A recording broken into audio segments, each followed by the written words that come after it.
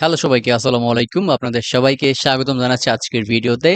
এবং আজকের ভিডিওটা হচ্ছে যারা রোমান রেইন্স ফ্যান, বিশেষ করে যারা তার ডাই হার্ড ফ্যান তাদের জন্য। এবং আজকের ভিডিওটা তাদের জন্য একটা পরীক্ষা বললেও ভুল হবে না। কারণ আজকের ভিডিওতে আমরা রোমান রেইন্স সম্পর্কে 4টা ইন্টারেস্টিং তথ্য বা যারা জানে না তাদের জন্য 4টা অজানা তথ্য শেয়ার করব, যেগুলো আপনার অবশ্যই জানা উচিত যদি আপনি একজন রোমান রেইন্স ফ্যান হয়ে থাকেন। তাহলে আর বেশি কথা বাড়াবো না, চলে যাবো একদম প্রথম যে ইন্টারেস্টিং তথ্য এটাতে। আপনারা কি জানেন রোমান কিন্তু রেসলিং ক্যারিয়ার আগে তিনি ফুটবলার ছিলেন। ফুটবলার বলতে আমরা যে সকার ফুটবল বুঝি, আর্জেন্টিনা ব্রাজিল যেটা খেলে এরকম ফুটবল না। ইউএসএ তে অন্য ধরনের ফুটবল প্রচলিত আছে। আমি এই ভিডিওতে তার ছবি দিয়ে দেবো। আমি এখন নামটা বলতে পারছি না এটা কোন ধরনের ফুটবল। তো সেখানে তিনি নিয়মিত প্রফেশনাল খেলতেন।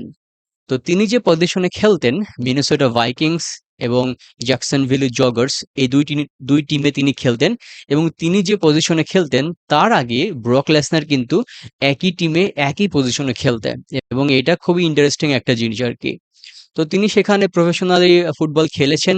তার পরবর্তীতে তিনি রেসলিং ক্যারিয়ারে আসেন, কারণ তার পরিবার, তার যে শেকড়, তারা সবাই কিন্তু রেসলিং এর সাথে খুব আগে থেকে জড়িত ছিল এবং তার মধ্যে অনেক ভালো পটেনশিয়াল ছিল রেসলার হিসেবে, এবং তিনি পরবর্তীতে রেসলিং এ যুক্ত হন। এবং দ্বিতীয় ইন্টারেস্টিং তথ্য হচ্ছে তার অ্যাক্টিং ক্যারিয়ার। তিনি 2019 সালে Fast and Furious Hobbs and Shaw এই মুভিতে ম্যাটেও চরিত্রে অভিনয় করেন। এছাড়াও তিনি বিভিন্ন TV show, talk show, reality শোতে নিয়মিত তাকে দেখা যাচ্ছে। এবং অনেক ভালো রিউমার আছে। রিউমার বলতে কিন্তু গুজব না। রিউমার বলতে রেসলিং সম্পর্কে বা কোনো একটা রেসলার কোনো তথ্য সম্পর্কে বিশেষজ্ঞদের কোনো ধারণা, কোনো ফিউচার প্রেডিকশন আরকি। তো রিউমার আছে যে তিনি হলিউড থেকেও অনেক ভালো সুযোগ পাচ্ছেন সেখানে তিনি অভিনয় করার জন্য, এবং সেখানে তিনি ক্যারিয়ার পরবর্তীতে শিফট করতেও পারেন। ওকে, এটা ছিল তার দ্বিতীয় যে ইন্টারেস্টিং তথ্য। এবং থার্ড যে ইন্টারেস্টিং তথ্য এটা হচ্ছে তার নাম নিয়ে। আপনাকে জানেন রোমান রেইন্সের আসল নাম কি? তার আসল নাম হচ্ছে লিটি জোসেফ অ্যানোই, বা তাকে সংক্ষেপে জো অ্যানোই বলা হয়। এবং তিনি যখন এফসিডব্লিউ তে রেসলিং খেলতেন তখন তার রেসলিংয়েরও একটা নিকনেম ছিল, এবং এটা হচ্ছে লিকি বা রোমান লিকি। ওকে। এবং সবার শেষে যা ইন্টারেস্টিং তথ্য জানবো সেটা হচ্ছে দ্য শিল্ডের যে মেম্বার ছিল, Dean Ambrose, Seth Rollins, Roman Reigns. আমরা সবাই জানি যে এই দ্য শিল্ড ভাঙার পর 1 বছর বা কয়েক বছর পরে এদের মধ্যকার একটা ম্যাচ হয় যেখানে তারা তিনজনের মুখোমুখি হন, এবং সেই ম্যাচে ডিন অ্যামব্রোস জিতেন এবং তিনি টাইটেল হোল্ড করতে পারেন।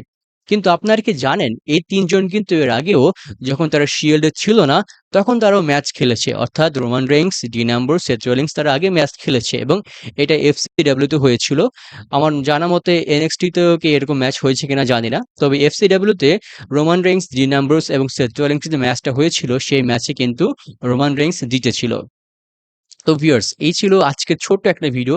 এখানে আমি চেষ্টা করেছি রোমান রেইন্স সম্পর্কে কিছু ইন্টারেস্টিং তথ্য জানানোর জন্য। আপনারা যদি আগে থেকে তথ্যগুলো জেনে থাকেন তাহলে অবশ্যই আপনাদেরকে ওয়েলকাম। এবং যারা জানেন না তারা যদি জানতে পারেন তাহলে তারা, অনুরোধ থাকবে আমাদের চ্যানেলটি সাবস্ক্রাইব করতে এবং অবশ্যই রেসলিং সম্পর্কে নতুন নতুন কন্টেন্ট পেতে। সবাই ভালো থাকবেন, সুস্থ থাকবেন। সবার জন্য অনেক অনেক শুভকামনা রইল। আসসালামু আলাইকুম।